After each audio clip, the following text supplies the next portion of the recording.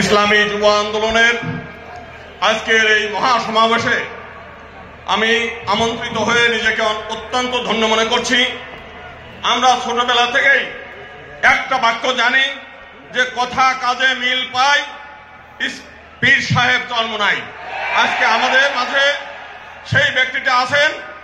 বাংলাদেশে 1947 সালে ভারত ভাগ হয়েছিল দ্বিজাতি তত্ত্বের ভিত্তিতে এবং এই ভূখণ্ড পরিচালিত হওয়ার কথা ছিল ধর্মীয় ভাবে, অথচ বাংলাদেশ স্বাধীন হওয়ার পরেও এই দেশে সবচাইতে বেশি নির্যাতিত হয়েছে আলেম ওলামারা।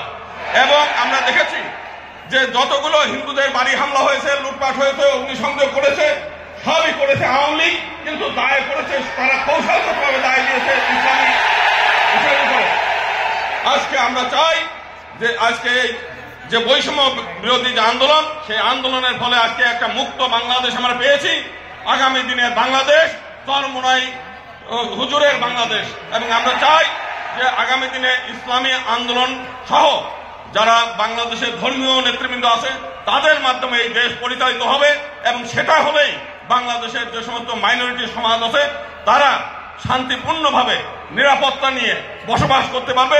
সেটা আমরা চরমোনাই হুজুরের অতীত ইতিহাস থেকে আমরা দেখেছি, 1971 সালেও দেখেছি।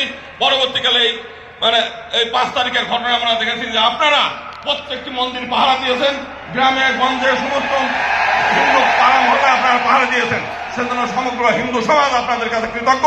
আমরা চাই আগামী দিনে আপনাদের মাধ্যমে এই দেশ পরিচালিত হবে, তবেই আমরা একটা সুখী সমৃদ্ধিশীল এবং অসাম্প্রদায়িক বাংলাদেশ পাবো। ধন্যবাদ সবাই।